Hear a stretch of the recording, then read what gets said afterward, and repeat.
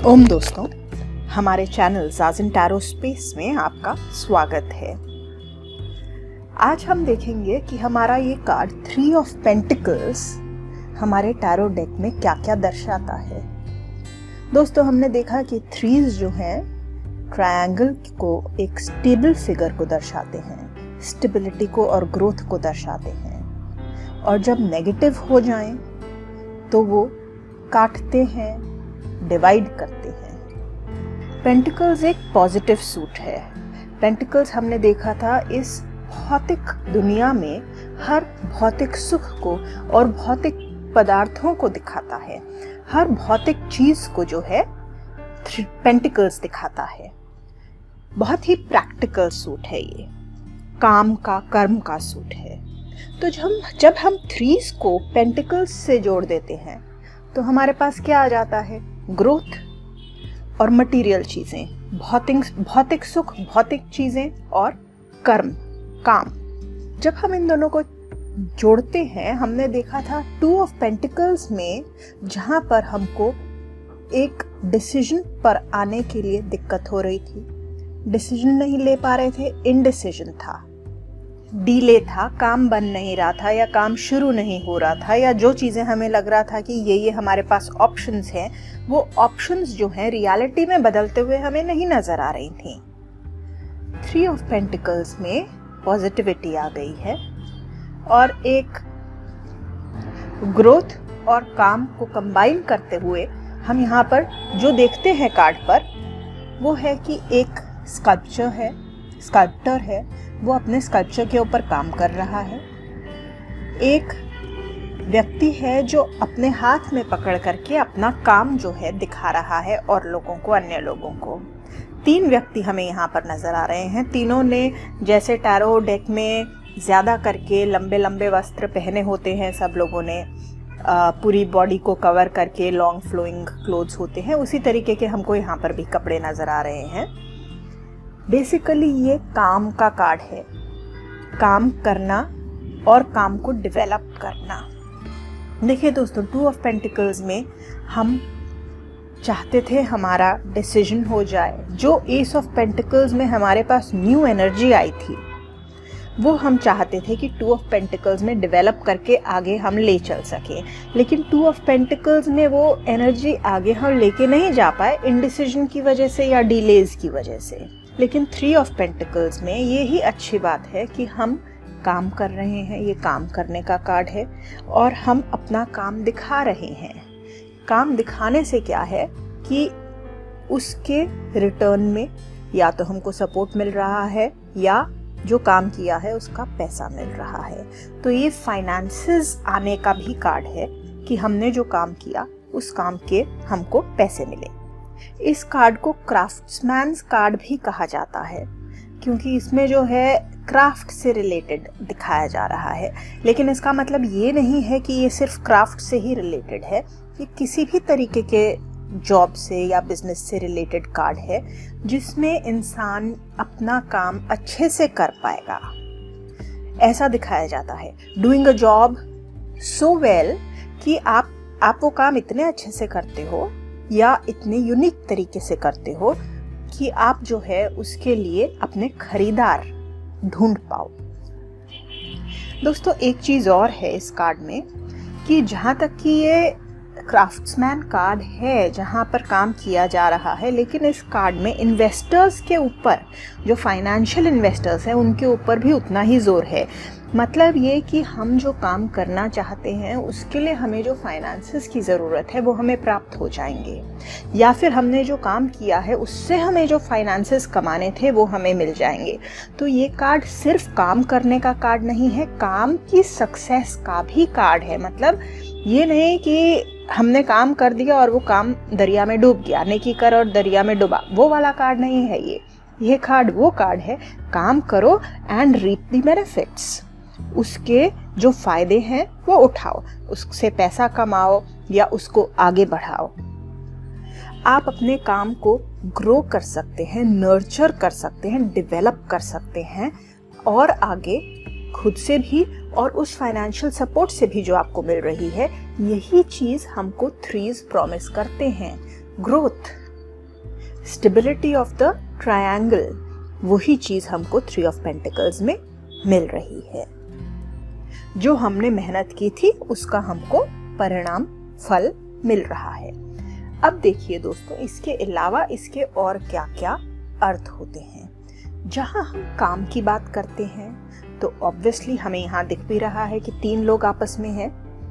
तो हमने 3 of cups में भी देखा था, एक वर्किंग एज अ टीम की बात थी। वो वर्किंग एज अ टीम और ये वर्किंग एज अ टीम, वो भी एक ग्रुप का हिस्सा होना था, ये भी एक ग्रुप का हिस्सा होना है, लेकिन दोनों में अंतर है।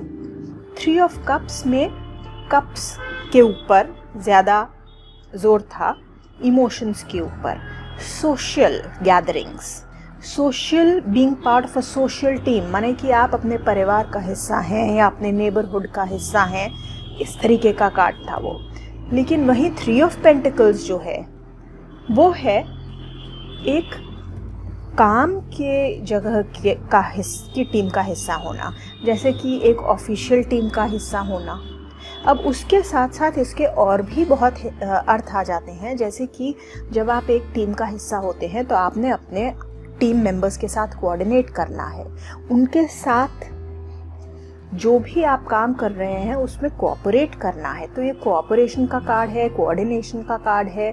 आप सब लोग अपने मिले जुले एफर्ट्स से एक गोल अचीव करते हैं, तो एफर्ट्स को कंबाइन करने का और ग्रुप में हम जो अपना योगदान दे सकते हैं उस कंट्रीब्यूशन का, कंट्रीब्यूटिंग टू द ग्रुप, ये इस तरीके का भी कार्ड है।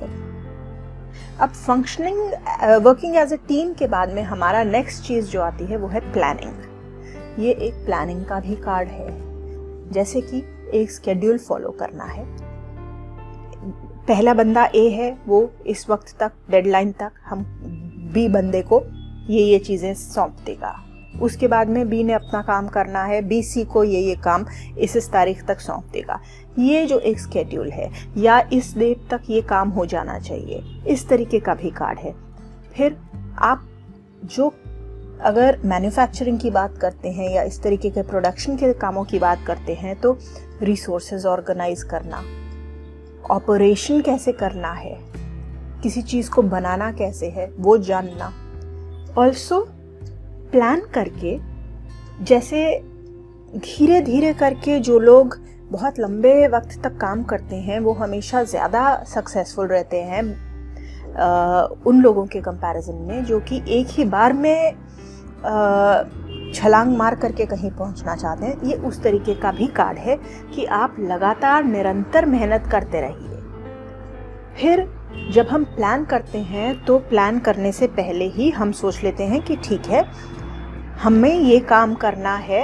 प्लानिंग में ये चीज़ इंक्लूड हो जाती है कि इसमें हमें ये प्रॉब्लम आ सकती है। हम अपने पुराने एक्सपीरियंस से या औरों के पुराने एक्सपीरियंस से सीखते हैं कि ये जो प्रॉब्लम्स आ सकती हैं उनके लिए हम पहले से कैसे प्रिपेयर्ड हो सकते हैं। तो going over possible problems and being prepared, या रिव्यूइंग थिंग्स बिफोर हैंड, पहले से ही देखना कि क्या क्या प्रॉब्लम्स आ सकती हैं, इन सारी चीज़ों को भी ये कार्ड दर्शाता है। फिर हम आते हैं कॉम्पिटेंस के ऊपर। जब हम एक टीम में काम करते हैं तो हमें इंडिविजुअली भी बहुत बढ़िया काम करना है और टीम को आपस में मिल कर के भी एक कॉम्पिटेंट एटमॉस्फेयर चाहिए है, जहाँ पर एक एक्सेलेंस की तरफ बहुत ही बढ़िया काम किया जाए। ये नहीं, मीडियोक्रिटी नहीं।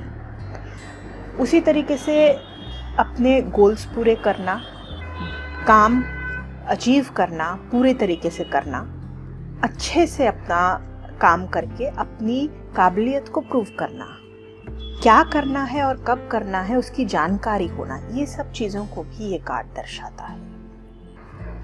दोस्तों, हमने देखा था कि अपोजिंग कार्ड्स क्या होते हैं? जब एक कार्ड का जो अर्थ है कोई दूसरे कार्ड जिसका अर्थ ठीक विपरीत है, ये दोनों कार्ड्स आपस में एक साथ आते हैं तो कहीं वो ऑपोजिट फोर्सेस को दर्शाते हैं कि भाई जीवन में ये भी घट रहा है और वो भी घट रहा है, ये दोनों कंप्लीटली अलग अलग चीज़ें घट रही हैं। इनको अपोजिंग कार्ड्स कहते हैं। जो कार्ड्स जिनका मतलब एकदम विपरीत हो उनको अपोजिंग कार्ड्स कहते हैं। तो अब हम ये देखते हैं 5 ऑफ वॉन्ड्स। यहाँ पर क्या हो रहा है? झगड़ा, टीम वर्क नहीं है, कोऑपरेशन नहीं है। तो 5 ऑफ वॉन्ड्स, 3 ऑफ पेंटिकल्स, ये दोनों आपस में अपोजिंग कार्ड्स हैं। इसी तरीके से हम देखेंगे 7 ऑफ वॉन्ड्स। यहाँ भी हम देखते हैं ऑपोजिशन है, डिसेंशन है। आपने जो नीचे से अलग अलग प्रकार की ऑपोजिशंस या आपके विपरीत लोग या परिस्थितियाँ उठ रही हैं, आपने उनसे विजय पानी है, तो ये भी एक अपोजिंग कार्ड हो गया।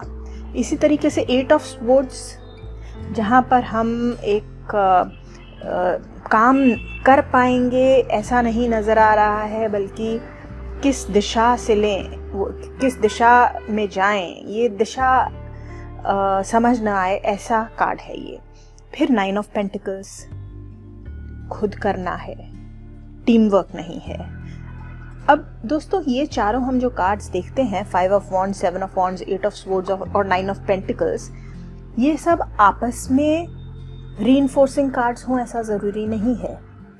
भले नेगेटिविटी थीम हो ज़्यादा करके इन कार्ड्स में, लेकिन जस्ट बिकॉज ये चारों कार्ड्स 3 ऑफ पेंटिकल्स के अपोजिंग कार्ड्स हैं, इसका मतलब ये नहीं हो जाता कि ये चारों कार्ड्स आपस में रीइंफोर्सिंग कार्ड्स हो जाएंगे।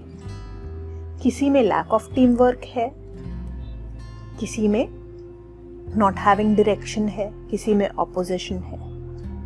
उनका अर्थ हो सकता है किसी किसी कार्ड्स का सिमिलर हो, लेकिन ये कोई ज़रूरी नहीं हो जाता कि वो रीइंफोर्सिंग कार्ड्स आपस में हो जाएंगे। इसी तरीके से अगर हम रीइंफोर्सिंग कार्ड्स देखें, रीइंफोर्सिंग कार्ड्स का मतलब हमने देखा था क्या होता है कि जब हमारा जो कार्ड है उसका किसी दूसरे कार्ड के मीनिंग से, मीनिंग जो है मतलब जो है मेल खाता हो, सिमिलर मीनिंग का कार्ड हो, उसको, उन कार्ड्स को रीइंफोर्सिंग कार्ड्स कहते हैं। 2 से अधिक भी हो सकते हैं। अब जैसे हायरोफेंट है, इस कार्ड में हम देखते हैं फिर से टीम वर्क की बात है, ग्रुप की बात है। 3 ऑफ पेंटिकल्स में भी ग्रुप की बात कर रहे हैं हम। टेम्परेंस की जहाँ बात करते हैं हम, तो ग्रुप की बात ना भी करें तो भी अलग फोर्सेस को हम कंबाइन कर रहे हैं यहाँ पर। तो वही चीज़ हमें 3 ऑफ पेंटिकल्स में भी नज़र आ रही है। ये डायरेक्टली नहीं एकदम से लगेगा, लेकिन कई बार जब ये कार्ड दोनों एक साथ आते हैं, 3 ऑफ पेंटिकल्स और टेम्परेंस, तो हम देखते हैं कि एक तरीके का अलग अलग जगह से अलग अलग रिसोर्सेज को ले करके मिला करके उसका एक सॉल्यूशन, सिंगल सॉल्यूशन निकालना, इस तरीके से कि चीज़ को ये जब दोनों साथ आ जाते हैं कार्ड्स तो दर्शाते हैं। दोस्तों जब हम टैरो कार्ड रीडिंग करते हैं तो चैलेंज वही होता है कि अलग अलग कार्ड्स के अलग अलग मीनिंग है, ठीक, लेकिन जब 2 कार्ड्स, 3 कार्ड्स, 4 कार्ड्स एक साथ आते हैं तो हमने उनके अलग अलग अर्थ भी देखने हैं और फिर उनके मिले जुले अर्थ भी देखने हैं। अब हम देखते हैं 3 ऑफ वॉन्ड्स।